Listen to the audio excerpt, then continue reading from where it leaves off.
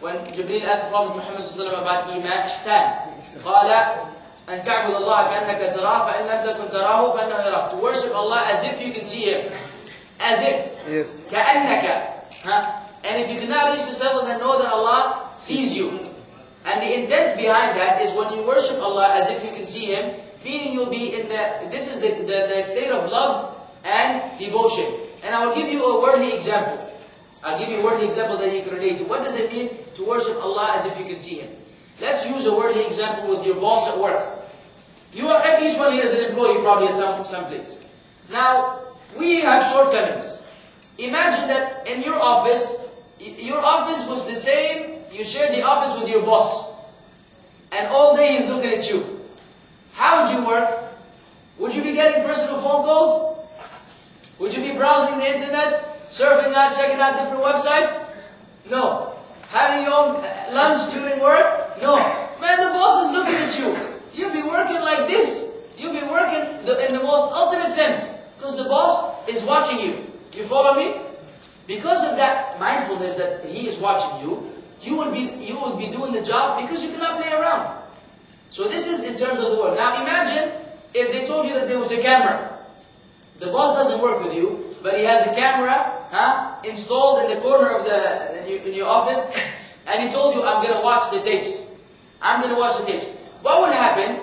You will be more cautious, but not as cautious. Because the shaitan will tell you, maybe the tape is over. Maybe the camera is not really working. Maybe he'll be too busy to watch. So you may squeeze a couple of phone calls and go onto the table, something along these lines, hoping that he will not watch. But if there was no camera, and you know the boss is on vacation, then you'll be having lunch and surfing the internet, a speaker on the phone, your feet up on the desk. You know what I'm saying. I hope you don't do this. I'm not encouraging this particular behavior. But we will be less mindful. This is the concept here. So if you worship Allah as if you can see Him, and to Allah belongs that example, this is as if your boss is with you. You cannot really play around. Would you lie? Would you cheat? No. You'll be doing the job. And the second level is that at least know that Allah is watching you. It's almost like the camera, which is a lesser level. And the last level is that you have absolutely no ihsan. That you don't even think about that, then you are like the lousy employee. And this is just an example to make the concept closer. And to Allah belongs the highest example. Oh, mashallah. I think we should use papers more often because usually no one asks verbally. Is it right to say that Allah is in Firdaus or in the seventh heaven? Allah subhanahu wa ta'ala is above the heavens. Okay, above. Allah is separate from His creation. Okay, so when you say that Allah is in the heaven, you are making something that the Quran or the Sunnah did not confirm. And we do not do that. So we say Allah is above His creation, above the heavens, including the seventh heaven. And not that Allah Azza wa Jal is in there. طيب? So we don't say that. The question is, you have not completed this. How he satisfied Mawla Rasulullah? He told him, "A'tiqha, let her go." Only let her go, but what is how he feels himself? That's it. She was a slave girl for him. And now, he let her go for the sake of Allah. This is, to him, someone taking care of his business. Now he has to find a new employee. So that requires him paying money and, things of the sort. Allah. Jazakallah khair. Do different scholars differ in the concept of covering the face? If so, should one cover their face abroad?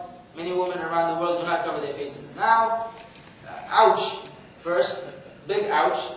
The issue of the niqab or the khimar or things dealing with the woman covering her face, it is not news to you that the scholars have differed extensively pertaining to this issue. Basically, there are two opinions. The opinion that a woman must cover her face and hands. And feet. Obviously the feet, as far as I know, they don't differ. Except maybe some. But most of the scholars, a woman must cover her feet. This is just a notification for the sisters that during the salah, this is also you should cover your feet. And during your regular days, you should not be wearing any shoes that show your feet, your toes and things of the sort. Because when the Prophet Muhammad ﷺ told the men that you should keep your pants above the ankles, Salama, his wife, said, "O Messenger of Allah, what about the woman?" He said, let her garment down a hand's width. She said, "O Messenger of Allah, our feet will be exposed." He said, "Then let it down an arm's length." and nothing beyond that. So the illah, the reason she said, our feet will be exposed. So he said that you should cover, you make your garment even longer. So your feet will not be exposed. So this is one thing we must understand. I don't want to deal with the feet. You asked about the face, I'm speaking about the feet, malice. But they are all relevant. As far as the face, the fuqaha and the muhaddithin have differed about this particular issue. Each has their own set of evidences. And very often it's the same evidence understood in different ways. I do not want to impose anything on anyone, okay? Because this is a matter of which the scholars have differed. But based on the discussion that I've read and the position of some of the scholars and what they have mentioned, وَالْعِلْمُ عِنْدَ اللَّهِ. This is not imposing. I have to speak the truth because this is an amana with Allah. I cannot lie. This is what I believe. I'm not imposing this on any sister. The correct position is that the sister does not have to cover her face. She does not have to cover her face and her hands. It is a recommended sunnah in which she will be rewarded for if she does it. Particularly at times of fitna, and where men mix with women often, and things of the sort, it becomes more highly recommended that the woman covers her face. But to come and say that this is an obligation based on the narrations that are sahih, and the interpretation of many of the mufassirin of the verses in Surah Al-Ahzab and Surah Al-Nur and things of this sort, I personally, after reading the discussion, cannot tell you something that I don't believe. But at the end of the day, I'm no one. I am sitting here, no one. So don't say, Wallah, Abu Mussab said, I'm no one. My position is to be disregarded. And my opinion is worthless. You ask the scholars whom you trust.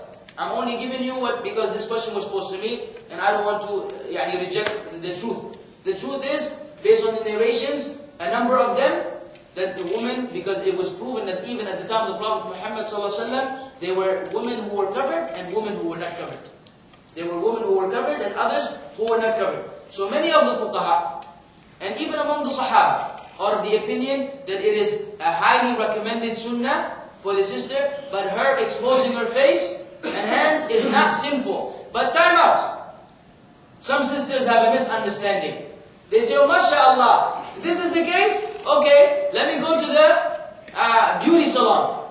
And she go, strike her hair like this, and put, plug her eyebrows, and put full makeup and lipstick, and you name it. It's some things that I don't even know what to call. And she come out looking like she just went to a wedding, but she's only going down the street to buy some vegetables. We say, sister, time out. Barakallah fiki, yes, the scholar said that you do not open your, you don't have to cover your face if you follow that opinion. But that does not mean that you go to the opposite extreme.